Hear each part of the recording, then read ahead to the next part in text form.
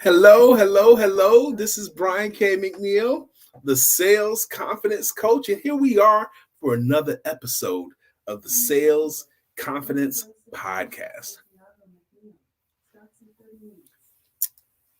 As soon as that girl finishes talking, we're going to get into it. So today we're going to talk about a really underutilized skill, an underutilized power that salespeople and that entrepreneurs have at their disposal. We're going to talk about the power of emotion.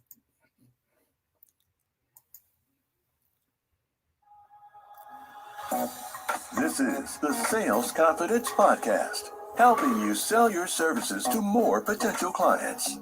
We'll go over the basics of selling you and your services better than you ever have before, so that you can earn more money than ever before.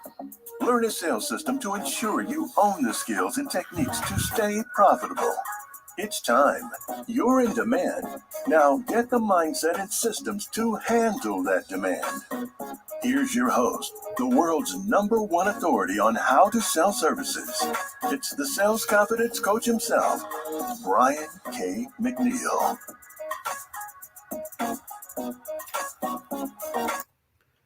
All right, here we go. The intro has been played. Selling yourself and your services. Now, for those of you who don't know who I am Brian K. McNeill, and I am the recognized authority on selling services. I've written great books on the topic of sales. I even researched and wrote out the 10 books on selling.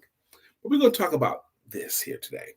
Now, people will hire you and they'll choose to work with you for either emotional reasons or for logical reasons.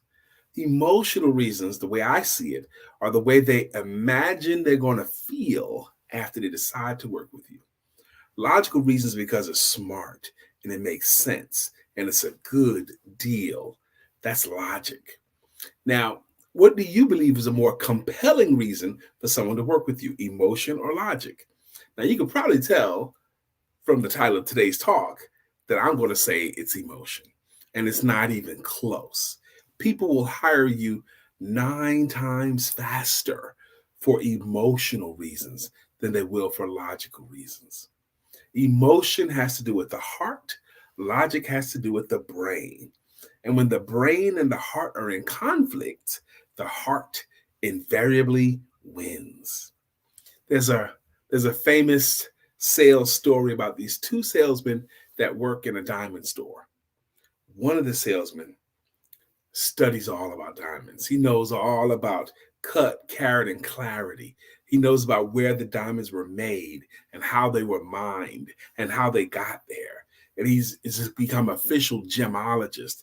And he really seems to enjoy telling every customer all he knows about diamonds and explaining it to them in great detail. And every month, the other salesperson in that office who doesn't know nearly as much as him, outsells him every month.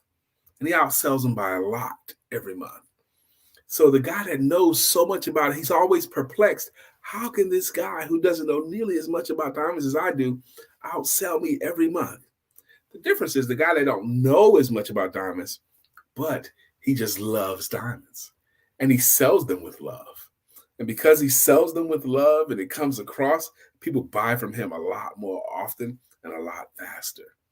So many of you guys work in industries where it's so tempting to use logic, especially if you're talking about money. It makes sense. It's a smart thing to do. You can get this much money if you invest this much money. You can have this much coverage if you buy this kind of insurance. You can have this much money if you invest in this kind of wealth program. So tempting to talk logic and to talk brain. The challenge with that is people just don't buy that way. They only justify with logic. They don't buy because of logic. You bought another dress? Yes, it was on sale, 50% off. Now, she didn't buy that dress because it was 50% off. She bought that dress because she imagined she'll look good wearing it at the party. But she told him she bought it because it was 50% off. That's the justification. Now, knowing this to be true, you, my entrepreneurial friends, must learn how to sell yourself and your services with emotion. And the primary tool that you have at your disposal to do that are the words that you choose to use. Now, this what I'm about to teach you now, I've been teaching for a long time, and I've had people that took my training 10, 12, 15 years ago and still rave about what I'm about to teach you. But the most emotional word in the English language starts with an L. What is it? The word is actually love. Love, love, love. Most adults have taught themselves how to become uncomfortable saying the word love. I want you, my entrepreneurial friends, to start using the word love when it comes to offering your services often and comfortably. Now, if you were to come up with a sentence, how can you use the word love to sell your stuff? You could say stuff like, I love helping my customers, or I love when people get this stuff, or I love watching people benefit. Those sentences are fine, but they're backwards. That I love helping my customers. Of course you would. It's your business. Now, the problem with that sentence primarily is you're the star of the sentence. I love. How about you're going to love, or my clients love, or people that have worked with us before have raved about or said they loved?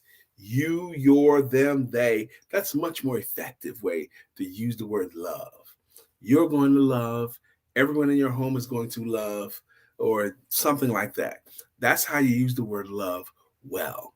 And if you have a sentence where you can use the word love in offering your services, I encourage you to use it. It brings you closer to the sale instead of further away. The second most emotional word in the English language starts with an H. And guess what it is? The word is actually home. Home, home, sweet home. Home is where the heart is. I'll be home for Christmas. There's no place like home. Learning how to use the word home in offering your services can help you to move you closer to the sale as opposed to further away. How can you use the word home in a sentence? Everyone in your home is going to notice the improvement in your physical fitness if you let me help you. Or everyone in your home is going to be happier with them, the increased income that came into the home. Something like that. Using the word home comfortably and often, and sentences that use both words, you're going to love coming home knowing, or you're going to love, or everyone in your home is going to love, or all those sentences that use both words together in the same sentence. If you deliver it with a good voice tonality, it could take on an almost hypnotic effect on people. Use the words love and home often and comfortably. That's a way that you can use emotion to help you to sell yourself and your services better. Now, there's one more secret word that if you learn to use this word comfortably and often, it makes your clients like you more. It also builds your rapport with your clients on a much higher level and much faster. The word that I'm speaking of right now is the word that most people wish they heard more often. They really want to know this word. They really wish someone would use this word on them. And the word that most of those wish they heard more often is the sound of their own first names.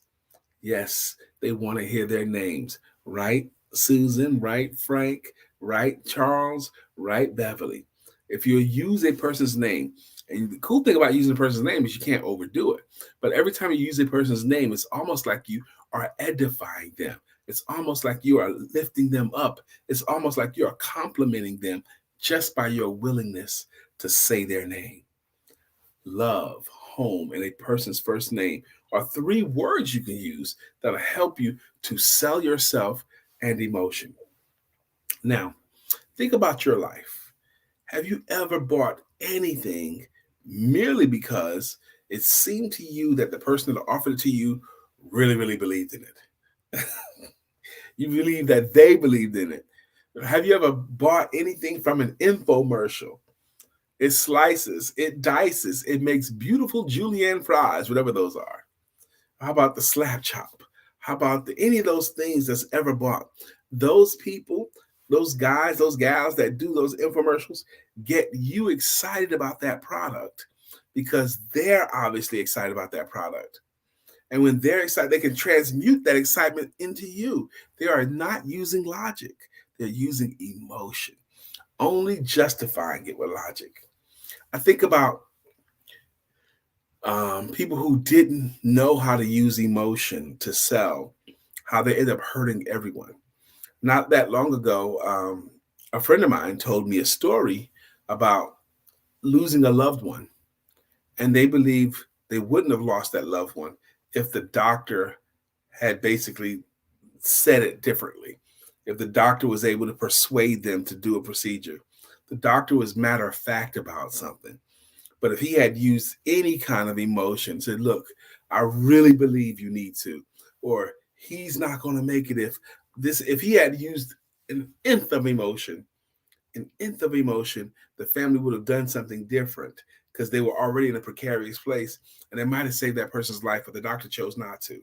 And now that family lost that loved one and they blame the doctor for not letting them know how important it is. In my life, my father passed away in 1995 up in New York, and I was living in North Carolina.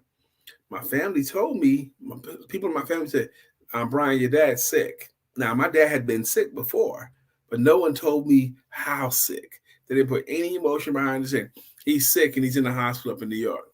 That's all they gave me. No one gave me any kind of reference. He's very sick. Not even that.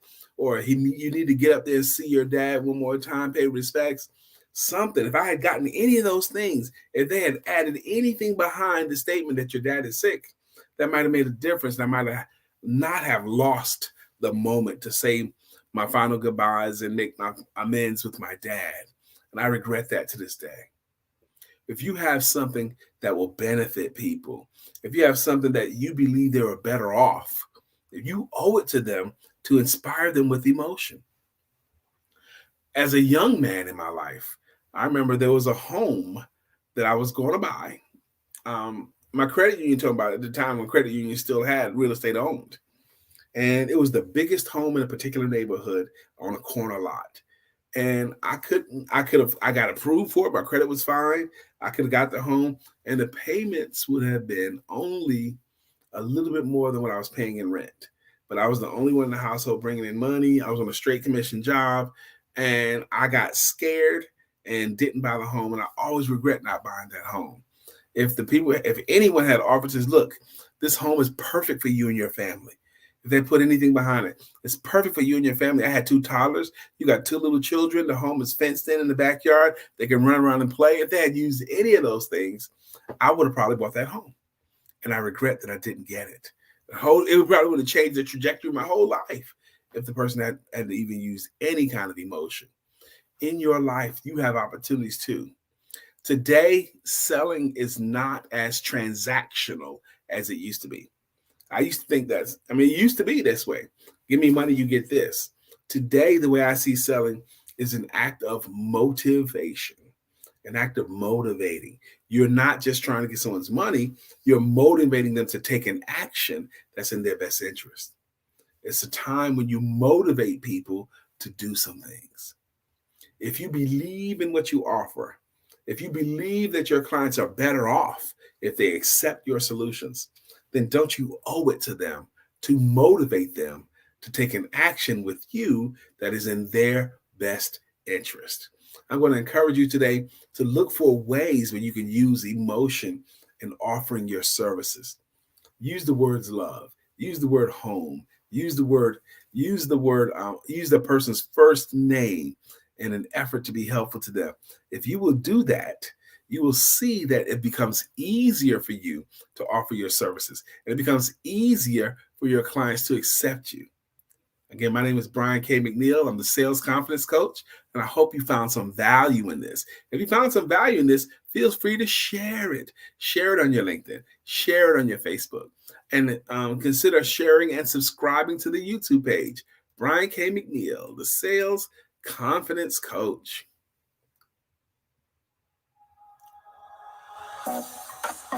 You've been listening to the Sales Confidence Podcast with Brian K. McNeill. Tune in next time to learn more skills and techniques to stay profitable and generate excitement for your business and brand.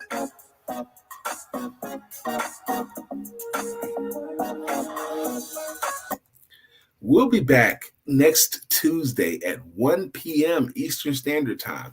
1 p.m. I know there was a confusion today. And actually, because there was some confusion, LinkedIn wouldn't even let me start until 1:30. But it'll be back next week at 1 p.m. My name is Brian K. McNeill. Thank you for joining me. Have a beautiful rest of your day.